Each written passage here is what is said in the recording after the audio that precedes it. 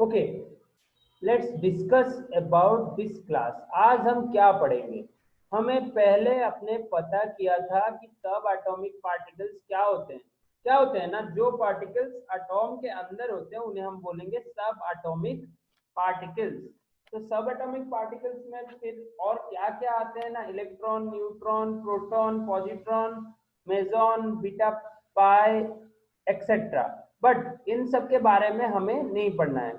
हमें पढ़ना है इलेक्ट्रॉन के बारे में, फिर प्रोटॉन के बारे में और न्यूट्रॉन के बारे में। तो पहले क्लास में हमने खत्म किया था डिस्कवरी ऑफ इलेक्ट्रॉन के बारे में, जो कि कैथोड रे ट्यूब एक्सपेरिमेंट था। उधर हमने एक्सपेरिमेंटल सेटअप के बारे में पढ़ा था। और ये एक्सपेरिमेंट किसने किया था पहली बार ना, जे थॉम्सन ने, जिन्होंने कि इलेक्ट्रॉन को, एक नेगेटिवली चार्ज पार्टिकल को एटॉम के अंदर डिस्कवर किया था। ओके, तो उसके बाद अगर एक एटॉम स्टेबल है, एटॉम एक स्टेबल है ना, आप जो देख रहे हो gold atom, copper atom, okay, वो सब स्टेबल है ना। तो उसमें अगर नेगेटिवली चार्ज पार्टिकल है तो उसमें फिर पॉजिटिवली चार्ज भी पार्टिकल रहना पड़ेगा। अगर नहीं होगा तो वो कैसे स्टेबल होगा? तो ये चीज सोचा पहले किसने ना, गोल्डस्टीन ने। जब थॉमसन का खत्म हो गया कैथोड रे एक्सपेरिमेंट, उसके बाद गोल्डस्टीन ने सोचा कि अगर एक जगह positively charge, negatively charge particles हैं तो वहां पर पॉजिटिवली चार्ज पार्टिकल्स भी होंगे। तो उसी तरह उन्होंने किया है एनोड रे एक्सपेरिमेंट। तो उसको बोलते हैं हम डिस्कवरी ऑफ प्रोटॉन और एनोड रेज। तो देखिए गोल्डस्टीन कितने साल में किए ना, ई गोल्डस्टीन, अर्नेस्ट या फिर ई गोल्डस्टीन ने प्रोटॉन को डिस्कवर किया इन 1886। ओके, समझ रहे हो ना बच्चों? ये थोड़ा फैक्ट है याद रखने के लिए। ई गोल्डस्टीन ने 1886 में डिस्कवर किया इसको। फिर उसके बाद अच्छा सा कलर चूज करते हैं। ओके, उस जो एनोड रे को हमने बोला एनोड रे और कैनाल रेज, उसको हम पहली बार थॉमसन के एक्सपेरिमेंट में हमने बोला था कैथोड रेज, और इधर हमने बोला एनोड रेज और कैनाल रेज। ओके, तो इस एक्सपेरिमेंट का प्रॉपर्टी क्या निकला? डायरेक्ट हम कंक्लूजन पे जंप किए बेटा, एक्सपेरिमेंट नहीं करेंगे, हम एक ही एक्सपेरिमेंट किए और दूसरे का डायरेक्ट कंक्लूजन में जंप किए। तो लिखो डिस्कवरी ऑफ प्रोटॉन्स, हेडिंग दो अपने कॉपी में, उसके नीचे लिखो डिस्कवर्ड बाय ई गोल्डस्टीन इन 1886। तो उनका जो एक्सपेरिमेंट था उसको हमने बोला एनोड रे एक्सपेरिमेंट, और उस रे को हमने बोला एनोड रे या फिर कानाल रे। फिर इसका प्रॉपर्टीज लिखो, हेडिंग दो प्रॉपर्टीज ऑफ एनोड रे। अरूप महांती सुन रहे हो कि नहीं सुन रहे हो? हेडिंग दो प्रॉपर्टीज ऑफ एनोड रे। और कोई आया नहीं आज? और कोई नहीं आया, सिर्फ 4 बच्चे आए हैं। रेडमी कौन है? अपना नाम बदलो, अपना सही नाम डालो उसमें, रेडमी मत लिखो। ओके, अरूप महांती, जगन दत्त और नीतीश, तीनों बच्चे आए हैं और ये रेडमी आया है, और बाकी सब नहीं आए। ओके, और एक बच्चा आया, श्रुति रंजन, बहुत बढ़िया, जल्दी लिखो, हेडिंग दो और लिखो। कोई एक दो बच्चा मेरे इंटरेक्शन भी करो। हाँ, इंटरेक्शन करो, लिखो प्रॉपर्टीज ऑफ एनोड रे। पहला property, these raise travel in straight line, जैसे कि कैथोड रे स्ट्रेट लाइन में ट्रैवल कर रहे थे, ये रे भी स्ट्रेट लाइन में ट्रैवल करेंगे। ओके, दूसरा प्रॉपर्टी लिखो, they are positively charge as they deflect towards the negative plate। वो नेगेटिव प्लेट की तरफ अट्रैक्ट हो रहे हैं। वहां पर जब वो सीधा जा रहे थे तो हमने साइड में एक नेगेटिव का प्लेट रखा, नेगेटिव चार्ज वाला, तो वो नेगेटिव की चार्ज तरफ मुड़ गए। तो इस तरह हमें पता चला कि वो अट्रैक्ट हो रहे हैं नेगेटिव प्लेट की तरफ in presence of electric field. तो इसलिए इनको बोले हम पॉजिटिव रेज या फिर एनोड रे। फिर the mass of the positive particle is same as that of atomic mass of the gas taken in the discharge tube. तो जो पॉजिटिव पार्टिकल का मास था वो सेम था किसके साथ? एटॉमिक मास के साथ। किसका? गैस का। अरे कौन से गैस में सिर्फ प्रोटॉन होते हैं? याद करो, H2 गैस। तो हमने डिस्चार्ज ट्यूब में शायद हाइड्रोजन गैस ही लिया होगा, क्योंकि और कोई गैस में एटॉमिक मास और पॉजिटिव चार्ज का मास इक्वल नहीं होता, सिर्फ H2 गैस में ही एटॉमिक चार्ज, एटॉमिक मास और पॉजिटिव चार्ज पार्टिकल या फिर प्रोटॉन का मास सेम होता है, बिकॉज H2 में नो न्यूट्रॉन, न्यूट्रॉन नहीं होते हैं H2 में, no neutrons in H2। Okay, तीसरा पॉइंट लिखो, हाँ कि नहीं बोलो जल्दी, लिख रहे हो कि नहीं लिख रहे हो? Yes sir. ओके, फिर चौथा पॉइंट पे चलो। आज the E by M ratio, E by M ratio क्या है? Charge by mass ratio, E for charge और M for mass. E by M, charge ऊपर कितना रहेगा 1.6 इंटू 10⁻⁻19 कूलम, फिजिक्स सर ने बताया होगा। एक इलेक्ट्रॉन या फिर एक प्रोटॉन का चार्ज होता है 1.96 into 10⁻⁻19 coulomb. Okay, so as the E by M ratio is found to be different for different gases, thus the properties of anode rays depend upon the nature of the gas taken in the discharge tube। तो ये बहुत ही interesting बात है, सारे gases के E by M ratio अलग आएंगे, N2 gas का अलग आएगा, O2 का अलग आएगा और H2 का अलग आएगा। तो इसीलिए आपका जो नेचर ऑफ द एनोड रे किसके ऊपर डिपेंड करेगा ना, जो गैस आपने लिया होगा डिस्चार्ज ट्यूब में। समझ आ गया, बराबर समझ आ गया होगा। फिर they are produced green fluorescent on the glass behind the perforated cathode causes zinc sulphide to glow. तो हमने बोला था जिंक सल्फाइड क्या था, एक फॉस्फोरोसेंट या फिर एक फ्लोरोसेंट मटेरियल था, जहां पर इलेक्ट्रॉन या फिर पॉजिटिव चार्ज डलने पर वो ग्लो करता था। तो यहाँ पर इन्होंने रखा था जिंक सल्फाइड, किसके पीछे ना, परफोरेटेड कैथोड के पीछे। कैथोड ऐसे एक परफोरेटेड हुआ होगा और उसके पीछे इन्होंने जिंक सल्फाइड का एक कोटिंग रखा होगा, उसके पीछे इन्होंने एक जिंक सल्फाइड का प्रोटीन रखा होगा।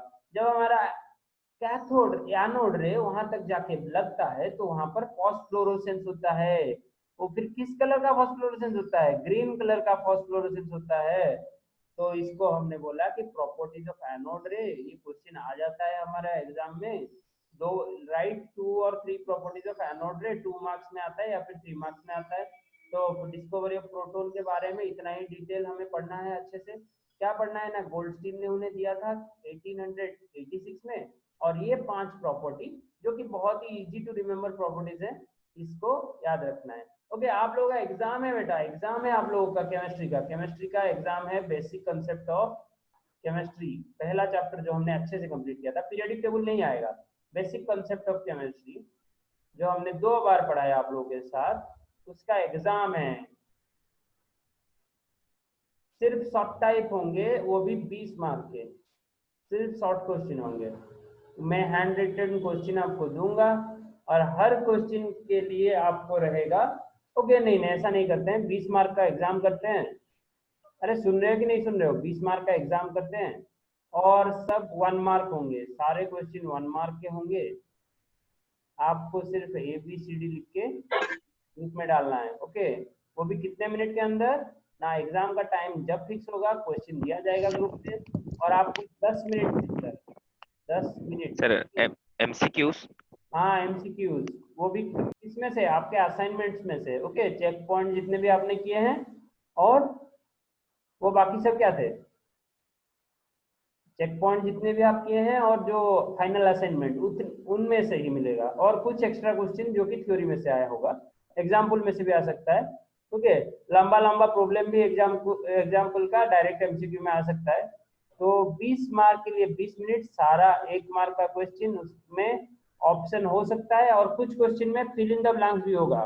सब क्वेश्चन में ऑप्शन नहीं होगा, कुछ क्वेश्चन में फिल इन द ब्लैंक्स भी होगा। तो आपको मैं अपने आप हमारे व्हाट्सएप ग्रुप में डालेंगे क्वेश्चन। 20 मिनट के बाद आपको 20 मिनट के अंदर ही 20 मिनट के अंदर ही आपको डालना है अपना आंसर शीट जल्दी से कंप्लीट करके।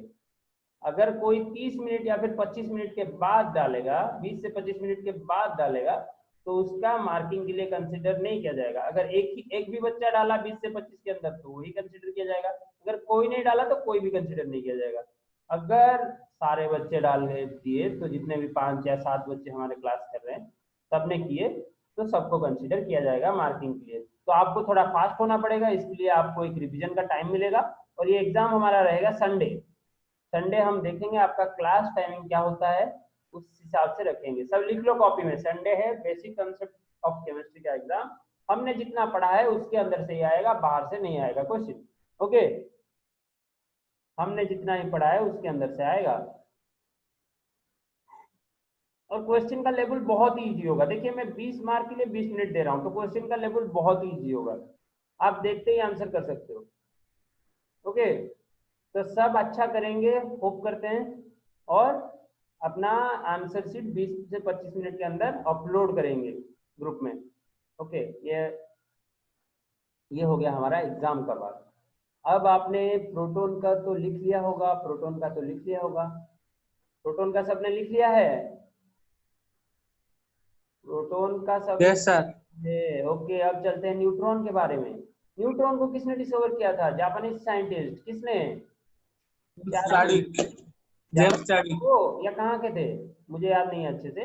ओके, चार्विक इन 1932।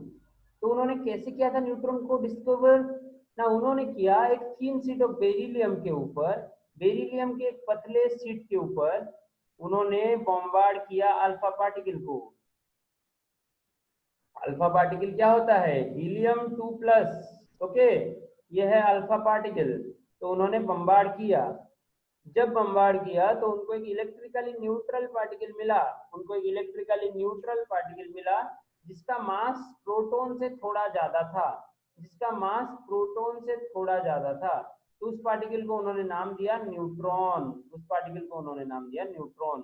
तो ये रिएक्शन अपने बुक में लिखो, ये रिएक्शन लिखो, कॉपी में लिखो, डिस्कवरी ऑफ न्यूट्रॉन हेडिंग देके पहले लिखो चार्विक डिस्कवर्ड इन 1932। कैसे डिस्कवर किया था ना? A thin sheet of beryllium bombardment, sorry, alpha particles were bombarded on a thin sheet of beryllium, ये लिखो। ओके, लिख रहे हो? दूसरा पॉइंट खत्म किए? अरे जल्दी जल्दी लिखो, बैठो मत।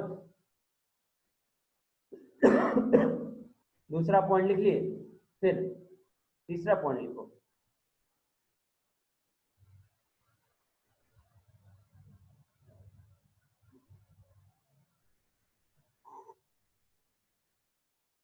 The particle which is obtained from the reaction is electrically neutral.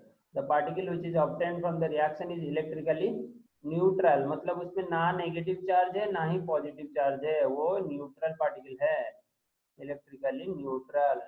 Okay, तो ये उसके नीचे ये रिएक्शन लिखो। और वो इलेक्ट्रिकली न्यूट्रल पार्टिकल को हमने नाम क्या दिया था ना? न्यूट्रॉन। हमने नहीं दिया था, चार्विक ने दिया था। ओके, हमने नहीं दिया था, चार्विक ने दिया था। तो उस न्यूट्रॉन का मास कितना है? उस न्यूट्रॉन का मास है 1.675 इंटू 10⁻⁻27 kg, जो कि प्रोटॉन के मास के आसपास है, पर प्रोटॉन से थोड़ा हेवी है, प्रोटॉन से थोड़ा हेवी है। तो सबसे हेवीएस्ट सब एटॉमिक पार्टिकल कौन है? आपको अगर मैं पूछूंगा सबसे हेवीएस्ट सब एटॉमिक पार्टिकल न्यूट्रॉन है। बहुत बढ़िया बेटा। तो उसके बाद आता है प्रोटॉन, उसके बाद आता है इलेक्ट्रॉन। और अल्फा पार्टिकल एक सब एटॉमिक पार्टिकल नहीं है, ये एक चार्ज पार्टिकल है, एटॉम, एक मॉलिक्यूल, एक एटॉम जो कि चार्ज है, ये चार्ज एटॉम है, ये सब एटॉमिक पार्टिकल नहीं है अल्फा पार्टिकल। आगे नहीं, कंफ्यूज मत होना। न्यूट्रॉन के बारे में हमें सिर्फ इतना जानना था। ये सब लिखिए और आगे चलते हैं, ये सब लिखिए और आगे चलते हैं। ये डेंसिटी का वाला पॉइंट जरूरी नहीं है, एग्जाम में नहीं पूछा जाता है, अगर लिखना चाहते हो तो लिख लो। Density of neutron is 1.5 into 10⁻+14 gram per CC. CC का मतलब ml, okay, cubic centimetre. Class को हाँ हाँ लिखो, ओके।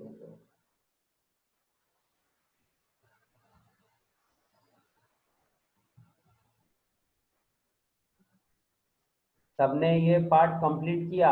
जितने भी बच्चे क्लास में बैठे हैं, जो 6, अरूप, वाग्देविका, जोगेंद्र, नीतीश, रेडमी,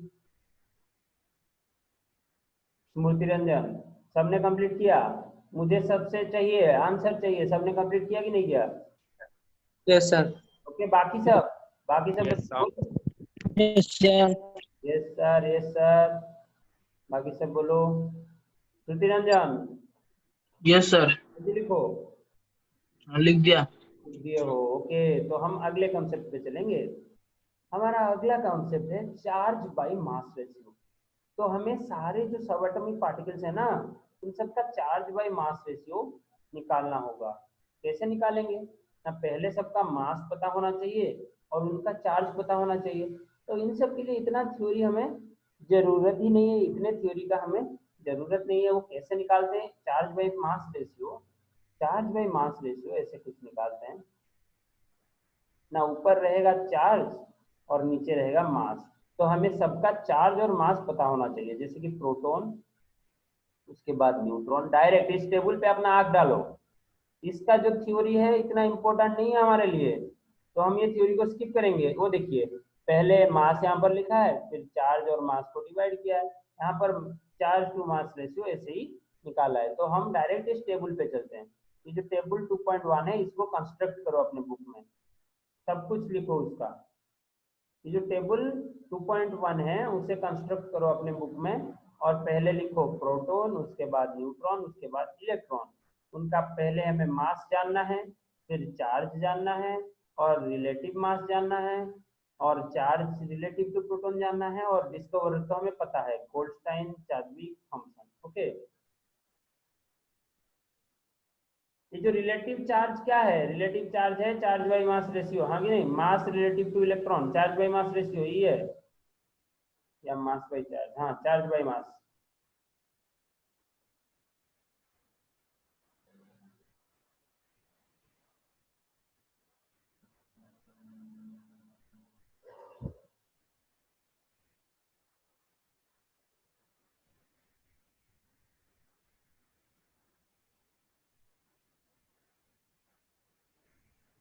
ये टेबल जरा कंस्ट्रक्ट करो, सारे वैल्यूज लिखो अच्छे से। ये सी फॉर कूलम, और केजी तो आपको पता है मास का यूनिट, और चार्ज का यूनिट है कूलम, हाँ कि नहीं? न्यूट्रॉन का चार्ज 0 होगा बेटा, 3 यहाँ पर गलत लिखा है, 3 नहीं होगा न्यूट्रॉन का चार्ज। न्यूट्रॉन का चार्ज क्या होगा? 0 होगा, 0 0 0 0 होगा, लिखो। ये टेबल जरा कंस्ट्रक्ट करो अच्छे से, सब अपने कॉपी में अच्छे से टेबल कंस्ट्रक्ट करो। और एग्जाम की बात याद रखो, एग्जाम होने वाला है आप लोगों का, बेसिक कॉन्सेप्ट ऑफ केमिस्ट्री। सबको अच्छा स्कोर करना है, सबको अच्छा स्कोर करना है। कितने ऊपर, कितने मार्क्स के ऊपर स्कोर करना है सबको? 15 प्लस तो जरूर चाहिए मुझे सबसे। अरे इतना आपको इजी क्वेश्चन दिया जाएगा, आपको 15 प्लस तो चाहिए।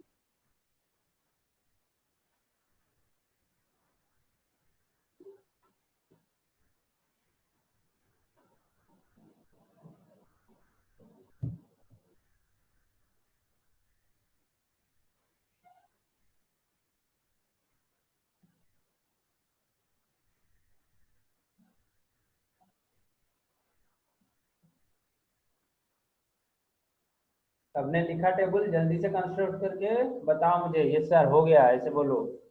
जल्दी से अपने कॉपी में कंस्ट्रक्ट करो ये टेबल। रफली कंस्ट्रक्ट कर दो, कोई बात नहीं, जल्दी से कंस्ट्रक्ट करके बोलो मुझे। 2.1 है, 2.2 नहीं करना, 2.1 कंप्लीट करके बोलो। सारे बच्चे, जितने भी बच्चे देख रहे हैं अभी, सब करो। कोई अगर चीटिंग कर रहा होगा पता चला आखिर में, तो फिर अच्छा नहीं होगा।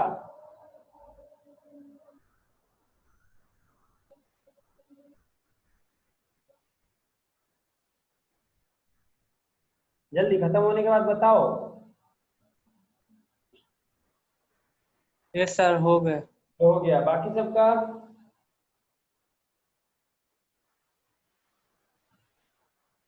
सर कर रहा हूँ।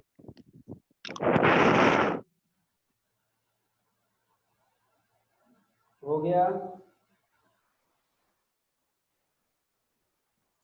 यस सर, हो गया। हो गया, हो गया, सबका हो गया, सबका हो गया शायद। आगे चलते हैं, आगे नहीं, आगे चलते हैं, देखते हैं हमें आगे क्या मिल रहा है। यहाँ पर कुछ लिखा है, कुछ अदर पार्टिकल्स इन एटॉम। जैसे हमने बताया था कि सबएटॉमिक पार्टिकल्स होते हैं इलेक्ट्रॉन, न्यूट्रॉन, प्रोटॉन, और उनके बाद भी कुछ सबएटॉमिक पार्टिकल्स आते हैं।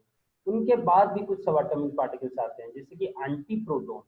एंटी प्रोटॉन का बाद में क्या होता है, एंटी प्रोटॉन के बारे में हमें क्या पता है ना, इसका मास होता है same as that of proton, but उसका चार्ज नेगेटिव होता है। ऐसा भी कुछ सर पार्टिकल है जिसका मास होता है same as that of proton, but उसका चार्ज होता है नेगेटिव। ओके, इसको किसने डिस्कवर किया था, सार्जे ने, सार्जे। ओके, सार्जे इन 1955। बहुत ही इंटरेस्टिंग बात है बेटा, देखो एंटी प्रोटॉन भी कुछ होता है जिसका मास होता है प्रोटॉन के बराबर, पर उसका चार्ज नेगेटिव होता है इलेक्ट्रॉन के जैसा, और उसका स्पिन कितना होता है, हाफ। ये स्पिन के बारे में हम आगे पढ़ेंगे, जो स्पिन वाला कॉलम है इसको इग्नोर करो, हमने स्पिन के बारे में अभी तक नहीं पढ़ा। बट यहाँ पर सबका स्पिन हाफ होगा, सिर्फ पायोन का स्पिन जीरो होगा, सिर्फ पायोन का स्पिन जीरो होगा, क्योंकि वो एक न्यूट्रल पार्टिकल है, वो एक न्यूट्रल पार्टिकल है। ओके, पहला हमने देखा, पहला सब एटॉमिक पार्टिकल जो कि इलेक्ट्रॉन, प्रोटॉन, न्यूट्रॉन के अलावा हमने देखा एंटी प्रोटॉन। ये बातें सब अच्छे से सुनो, ये बातें सब अच्छे से सुनो, अगर हो सके तो लिख लेना ये सब। उसके बाद आता है म्यू मेजॉन, या फिर उसको बोलते हैं हम म्यूऑन, म्यू मेजॉन, या फिर उसको हम बोलते हैं म्यूऑन। उसका मास कितना होता है, 210 times of an electron. Electron का मास जितना होता है, जो कि है 9.31 into 10 to the power minus 31 kg, 9.11 शायद, ओके जो भी है 9.11 या फिर 9.31 into 10 to power minus 31 kg, उतने का 210 टाइम्स ज्यादा होता है म्यूऑन का मास। और वो दोनों चार्जेस में मिलते हैं हमें, पॉजिटिव चार्ज में भी मिलते हैं और नेगेटिव चार्ज में भी हमें म्यूऑन मिलते हैं। हमें पॉजिटिव म्यूऑन भी मिलते हैं और नेगेटिव म्यूऑन भी मिलते हैं। तो इनको किसने डिस्कवर किया था ना, जापानीज साइंटिस्ट ओकुआवा, युकावा ने डिस्कवर किया था 1937 में। उसका भी स्पिन था प्लस हाफ। फिर उसके बाद और एक मेजॉन युकावा ने डिस्कवर किया, वो 1947 में। उसका नाम था पाइमेजॉन, उसका नाम था पाइमेजॉन, और इसका मास इलेक्ट्रॉन से 276 टाइम्स ज्यादा था, इलेक्ट्रॉन के मास से 276 टाइम्स ज्यादा था पाइमेजॉन का मास। अगर वो हमने पॉजिटिव पाई देखा तो उसे हम प्लस पाई मेजॉन बोलेंगे, अगर हमने नेगेटिव चार्ज वाला मेजॉन देखा तो उसको हम माइनस पाई मेजॉन बोलेंगे। सब थोड़ा थोड़ा हिंट लिख लो, सब थोड़ा थोड़ा हिंट लिख लो, या फिर ये टेबल भी अच्छे से अपने कॉपी में बना दो, क्योंकि ना इंपॉर्टेंट रहेगा, इसमें से आपको पूछ देंगे which of the following is the sub atomic particle in atom, तो आपको पता होना चाहिए कि इतने सब कुछ हैं एटॉम में। ओके, फिर पायोन एक चीज होता है जिसका मास होता है इलेक्ट्रॉन से 265 टाइम्स ज्यादा, और उसका चार्ज होता है न्यूट्रल, डिस्कवर का नाम पता नहीं, और स्पिन भी कुछ नहीं होता क्योंकि ना वो एक न्यूट्रल पार्टिकल है। फिर उसके बाद होता है न्यूट्रॉन, न्यूट्रिनो, न्यूट्रिनो, न्यूट्रॉन नहीं neutrino. Okay, which is very much less than that of electron, जिसका मास इलेक्ट्रॉन से बहुत ही कम होता है, और उसको हम बोलते हैं नो मास, चार्ज है नो चार्ज, चार्ज भी नहीं है। और फर्मी, इसको डिस्कवर किया था फर्मी ने। फर्मी के बारे में तो आपको पता है 10 to the power minus 15, okay physics में पढ़ाया गया होगा फर्मी, तो वही फर्मी है, इन्होंने डिस्कवर किया था 1956 में। इसका भी स्पिन था हाफ। ओके, फिर पॉजिट्रॉन के बारे में देखते हैं। पॉजिट्रॉन था same as that of electron, positron था same as that of electron, और उसका चार्ज था पॉजिटिव, उसका चार्ज था पॉजिटिव, और उनको डिस्कवर किया था एंडरसन ने इन 1932, और उसका भी स्पिन था हाफ। तो ये टेबल सब बनाएंगे, ये टेबल सब बनाएंगे और मुझे बताएंगे खत्म होने के बाद। सब टेबल बनाओ,